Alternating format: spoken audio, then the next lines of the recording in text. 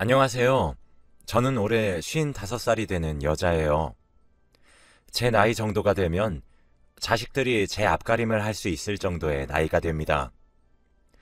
성인이 되었거나 성인을 앞두고 있는 나이거든요. 그래서 저희 네 가족에겐 앞으로 행복만 가득할 줄 알았습니다. 그런데 저의 어리석은 실수로 인해 저희 가족의 행복은 산산조각이 나게 되었습니다. 저도 제가 무슨 정신으로 그런 어리석은 실수를 하게 된 것인지 정말 알 수가 없습니다.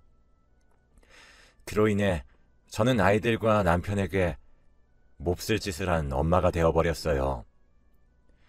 그래서 지금까지 저희 가족들에게 용서를 구하고 있습니다. 몇 년 전에 비해서는 많이 나아졌지만 그래도 상처를 받았다는 사실은 변함이 없는 것 같습니다. 한순간의 어리석은 실수로 돌이킬 수 없는 상황까지 치닫게 된 것이죠.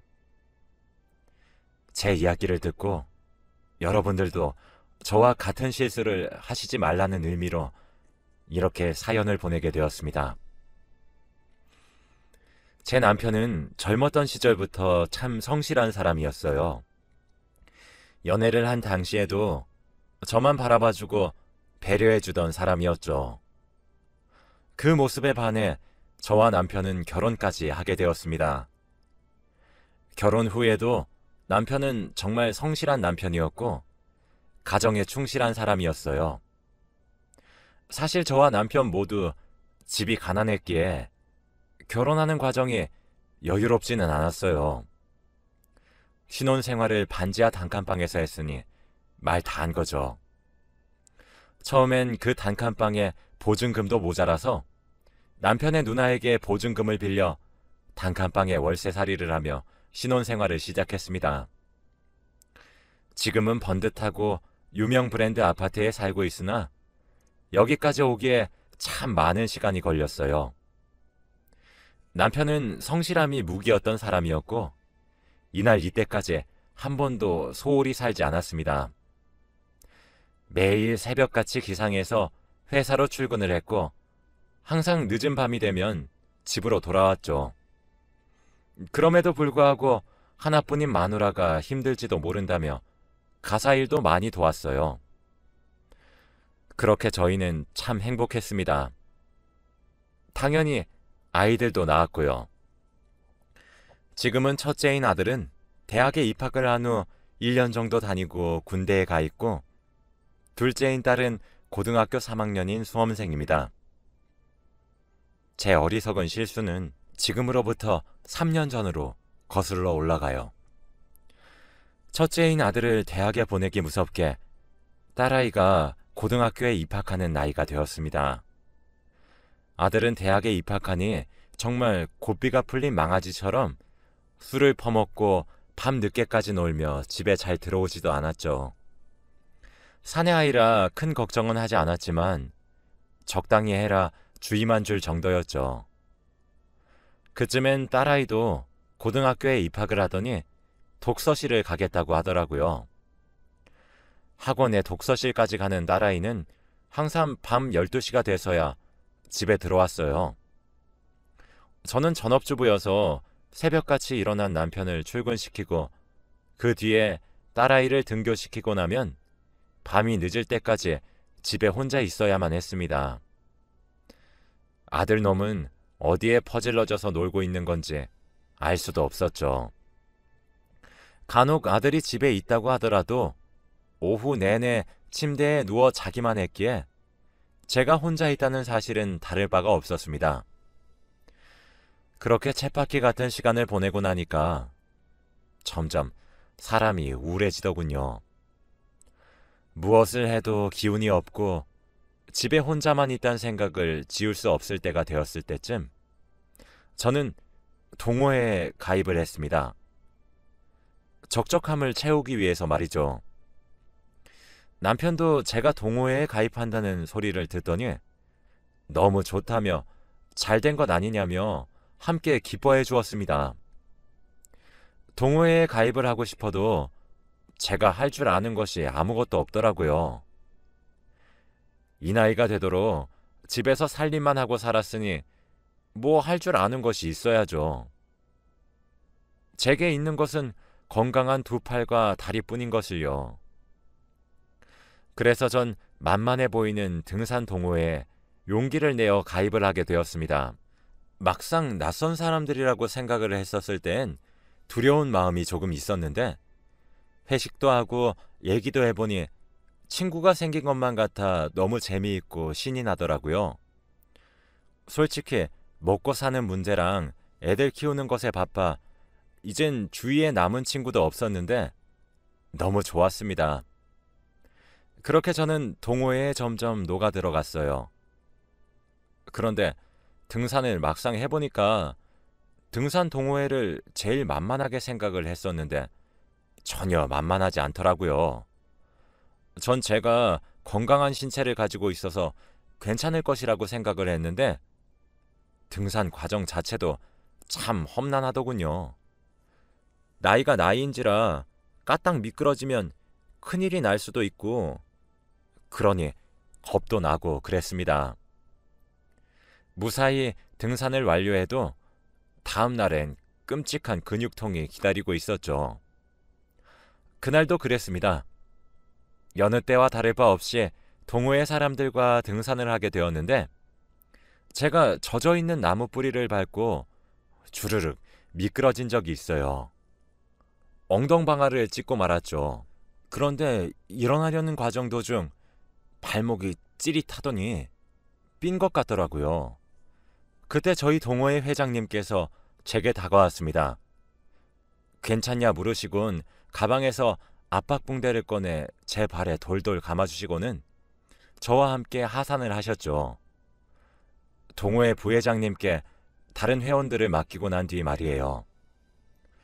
저는 회장님의 부축을 받으며 안전하게 산을 내려올 수 있게 되었고 그 뒤 바로 병원으로 향했습니다. 병원에서는 인대가 늘어났다고 조심하셔야 한다 하시며 응급처치를 참 잘했다 하시더라고요. 진료가 끝나고 난 뒤 저는 회장님께 감사하다며 인사를 드렸고 식사 대접을 하겠다고 했어요. 그때부터였습니다. 회장님과 저는 점점 사이가 가까워졌어요. 동호회 사람들을 통솔하고 이끄는 리더십이 있는 모습도 너무 멋있게 느껴졌거든요. 제가 한번 크게 다칠 뻔했기 때문인지 그날 이후 참석하는 등산에는 저를 항상 살펴봐주는 섬세함에 크게 감동했어요. 동호회에 참석하겠다는 말뿐이었던 저와 회장님의 대화는 점점 사적인 이야기까지 하는 사이로 발전하게 되었고 감사해서 대접한다는 핑계로 저는 회장님께 밥을 대접했는데 회장님은 받아먹기만 미안하다는 핑계로 저와 영화를 보거나 차를 한 잔 마시기도 했습니다. 그렇게 단 둘이서 시간을 보내면 보낼수록 저는 회장님과 제가 참 잘 맞는 사이란 생각밖에 들지 않았어요. 그렇게 저는 넘지 말아야 할 선까지 넘고 말았습니다. 저는 회장님과 시간을 보내고 집으로 돌아오면 어느 순간부터 남편의 성실하고 저만 바라봐주는 행동들이 점점 숨이 막힐 것처럼 다가오더라고요. 남편은 나이가 들었어도 제게 스킨십을 자주 했습니다. 가벼운 포옹이나 뽀뽀 이런 것들 말이에요. 그런데 점점 하기 싫어졌어요. 남편은 갑자기 변한 제 태도에 상처를 받았는지 왜 그러냐 몇 번 넌지시 물어왔지만 대답조차 하기 싫었고 그런 남편의 모습이 참 질렸고 귀찮았으며 지긋지긋하다는 생각까지 들었어요. 2주에 한 번씩 만나던 회장님과의 만남은 점차 그 만남의 횟수가 늘어났고 어느샌가 이틀에 한 번꼴로 만나게 되었어요. 회장님은 참 매력적인 사람이었습니다. 저는 그런 회장님께 점점 빠져들게 되었고 금지된 사랑이 주는 짜릿함과 스릴감에 점점 중독되어 가고 있었죠. 그때는 제 스스로 멈춰지지도 제어도 되지 않았던 것 같아요. 그래서였을까요? 제 심경의 변화를 가장 빨리 눈치를 챈 사람은 다름 아닌 제 남편이었나 봅니다. 남편은 어느 순간부터 제게 동호회를 그만둬 달라는 말을 종종 하곤 했어요. 금술이 좋아 싸워보지도 않은 남편과 싸움을 하기 시작했죠. 남편은 제게 언성을 높이지도 않았지만 저 혼자 화를 내고 소리를 버럭버럭 지르곤 했습니다. 남편은 그때마다 상처받은 듯한 눈으로 저를 빤히 쳐다봤지만 그런 눈빛조차 제게는 숨이 턱턱 막히는 듯한 행동이었어요. 남편이 제게 동호회를 그만두면 안 되겠냐 제안을 하면 할수록 저는 밖으로 나돌았고 그럴 때마다 회장님을 찾아가곤 했습니다. 맞아요. 제가 그때 잠깐 정신이 나갔었나 봅니다. 복에 겨워 소중했단 사실을 정말 몰랐어요. 제가 그렇게 정신이 나간 채로 행복하다 느끼고 있을 때 남편은 지옥불을 걷는 듯한 느낌이었단 사실을 그 당시에는 미처 알지 못했어요. 하루는 아들이 제게 전화를 걸었더군요. 한창 놀기 바쁜 시기여서 전화를 걸어도 받지도 않았던 아들이었는데 말이죠. 전화를 받으니 울먹이는 목소리로 아들이 제게 말하더군요. 엄마, 아빠가 이상해 하면서 말이에요. 무슨 소리냐고 되묻자 아들은 집에 왔는데 아빠가 이상해. 지금 119에 신고해서 곧 있으면 구급대원들이 도착을 한대. 엄마도 바로 병원으로 와. 라고 하더군요. 저는 정말 깜짝 놀랐고 바로 허겁지겁 남편이 실려간 응급실로 찾아갔습니다. 남편은 응급처치를 하고 있었고 의료진들의 손길이 바빠 보였습니다. 옆에서 훌쩍이고 있는 아들을 다그치며 무슨 일이야? 빨리 설명해! 라고 소리를 질렀죠. 아들은 제게 오늘은 집에 들어가야 될 것 같아서 집으로 들어왔는데 아빠가 거실 한가운데 쓰러져 있었어. 아빠 잘못되면 어떡해? 어떡해? 하다가 결국 눈물을 쏟는 겁니다. 정말 심장이 철렁하는 느낌이었습니다. 전 아들의 손을 꼭 잡으며 남편이 눈을 뜨게 해달라고 하늘에 대고 기도하기 시작했어요.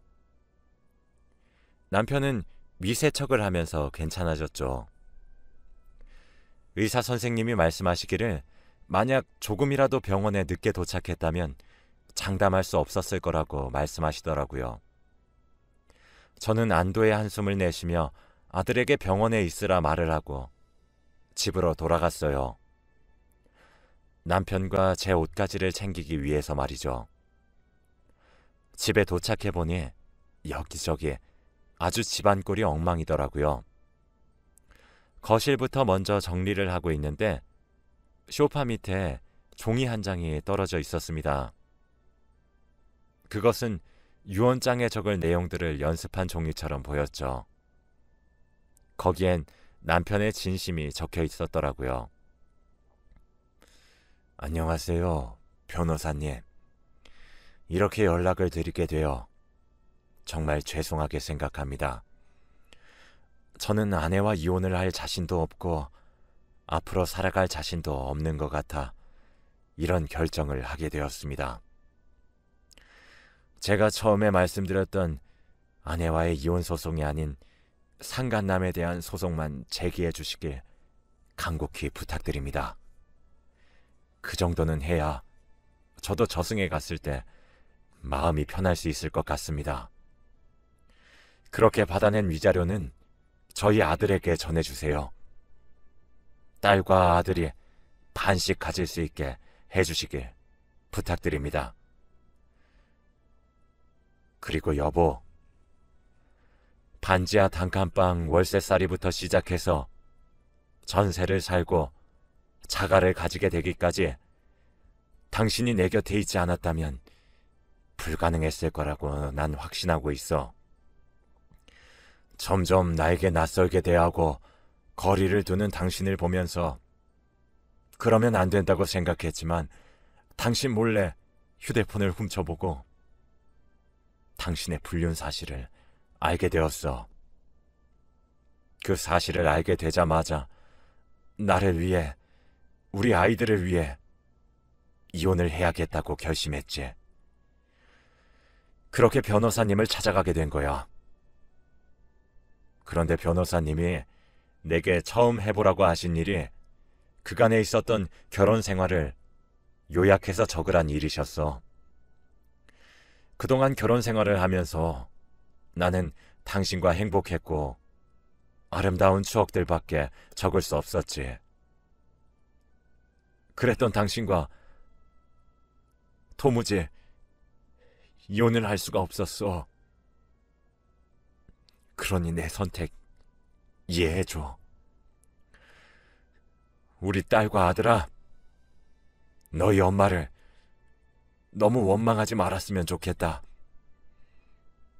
내가 조금 더 가정에 충실하게 살았거나 너희 엄마와 조금 더 많은 시간을 보냈으면 좋았을 텐데, 한 집안의 가장으로서, 너희들의 아빠로서 이런 어리석은 선택을 하게 된 것을 이해해 주길 바라고, 너무 원망하지 말아주길 바란다.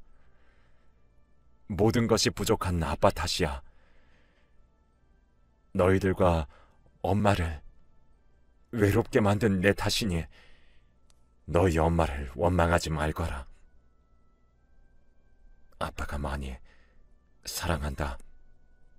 라고 말이에요. 그 편지를 읽어보니 남편은 이미 제 불륜 사실을 알게 된 지 한참 지난 것처럼 보였고, 이혼 소송을 결심했으나 저를 너무 사랑해서 차마 그럴 수 없었기에 스스로 목숨을 끊으려고 했었던 것 같아요. 그래서 변호사님께 보내야 되는 유언장을 따로 연습한 것 같았습니다. 그 종이에 적혀진 짧다면 짧고 길다면 긴 편지를 읽으니 그제서야 제 머리를 누군가 커다란 망치로 내려 찍는 듯한 느낌을 받았어요. 내가 미쳤구나. 내가 정신이 나갔었구나. 그제서야 미친 듯이 후회가 밀려왔습니다. 내가 정말 무슨 짓을 한 것인지 실감이 절로 나기 시작했죠. 집을 치우다 말고 저는 그 종이만 주워들고 다시 남편이 누워있을 병원으로 뛰어갔어요. 남편은 그 사이 정신을 차린 모양인지 일어나 있더군요. 항상 총기가 가득하고 선명하며 반짝반짝 빛이 나던 남편의 두 눈은 생기를 잃은 채 죽은 생선 같은 눈이었습니다. 아들은 어디로 간 것인지 보이지가 않더군요. 저는 남편에게 천천히 다가갔어요. 남편은 제 인기척을 느끼곤 저를 쳐다봤죠. 하지만 두 눈이 잠시 커졌을 뿐 이내 고개를 돌리더군요. 왜 그랬어? 라고 묻는 제 말에 남편은 여전히 묵묵부답이었습니다. 남편은 고개를 돌린 채로 절 외면하고 있었어요. 저는 남편에게 천천히 다가갔고 남편의 손을 잡은 채로 말했어요. 여보, 내가 미안해. 내가 다 잘못했어. 라고 말이에요. 그제서야 저를 돌아봐준 남편의 눈은 눈물이 가득했습니다. 일그러진 표정을 한 남편의 얼굴을 보니 점차 실감이 나더군요. 제가 몹쓸 짓을 했다는 사실에 말이에요. 남편에게 저는 잘못을 사과하고 미안하다며 빌었습니다. 여보, 미안해. 내가 너무 미안해. 내가 미쳤었나 봐. 내가 정말 미안해. 그러니까 두 번 다시 이런 선택하지 마. 제발 부탁이야. 이런 말이 얼마나 염치 없이 들릴 줄은 알고 뻔뻔한지 알고 있지만 나에게 한 번만 더 기회를 줘. 나 당신이 유언장 작성을 연습한 종이 봤어. 나 빨리 가정으로 돌아올게. 아니, 이미 돌아왔어. 그러니까 제발 이런 선택을 하지 마. 라고 말이에요. 그렇게 남편을 부둥켜 안고 얼마나 울었는지 모르겠습니다. 남편도 저를 마주 안아주더군요. 사실 남편은 그동안 제 불륜 사실을 알고 난 뒤에 우울증과 함께 불면증이 심하게 찾아와 정신과를 다니고 있었다고 하더라고요. 남편이 이혼 소송을 의뢰했던 변호사는 제 예상대로 남편의 유언장을 받았더라고요. 남편은 제게 기회를 주겠다고 하며 저를 용서했고 그대로 변호사님께 회장님에 대한 상간남 소송만 부탁드리더라고요.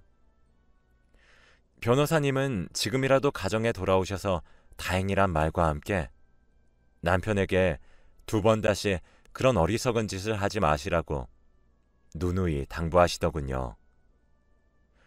저는 자진해서 제 휴대폰을 드렸고 상간남 소송은 수월하게 진행이 되었습니다. 회장님은 제게 연락해와서 제정신이냐 물어보더라고요. 전 그저 미안했단 대답만 하며 전화를 끊었습니다. 결국 위자료로 저희는 3천만 원을 받을 수 있었어요. 물론 소송을 하는 과정에서 딸과 아들은 커다란 상처를 입게 되었습니다. 유독 아빠를 따르던 딸은 저를 미친 듯이 원망했고 아들도 커다란 충격에 빠졌어요. 딸과 아들은 제게 미친 것이 분명하다며 비수 같은 말을 많이 하기도 했습니다. 할 말이 없더군요. 부모로서 아이들에게 모범을 보여도 모자란데 아이들이 하는 말이 제게 비수처럼 꽂혀도 저는 받아들여야 한다고 생각했어요. 아이들에게 미안하다고 용서를 구했죠. 그게 지금까지 이어오고 있습니다. 그로부터 3년이 지났지만 아이들은 여전히 제게 냉랭하며 아이들의 아빠에게 이혼을 권유하고 있습니다. 솔직히 그런 아이들의 태도에 상처가 없다고 하면 거짓일 거예요. 하지만 저렇게 커다란 상처를 가질 정도였구나 라는 생각이 들게 되면 입이 10개라도 할 말이 없어집니다.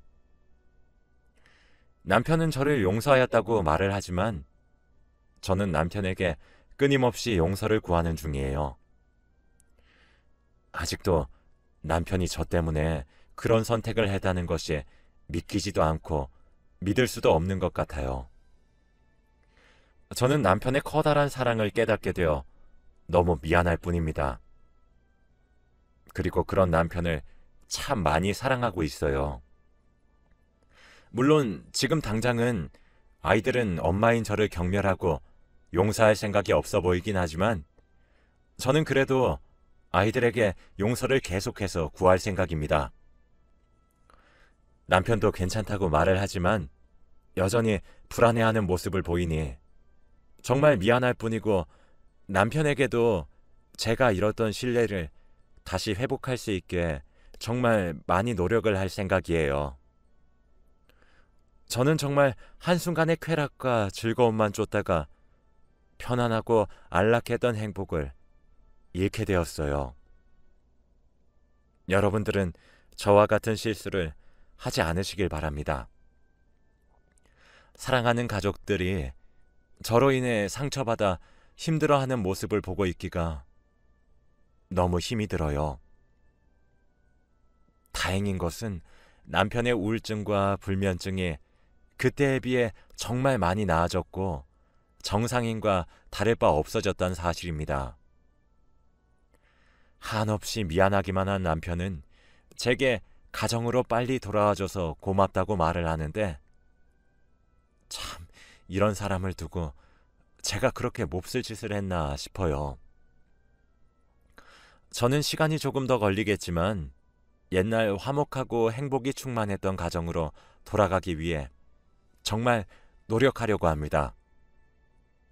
응원해 주시길 부탁드려요. 제 이야기는 여기까지입니다. 제 치부와 다름없는 이런 이야기를 하게 된 이유는 남들도 저와 같은 실수를 하지 않길 바라는 마음 때문이에요.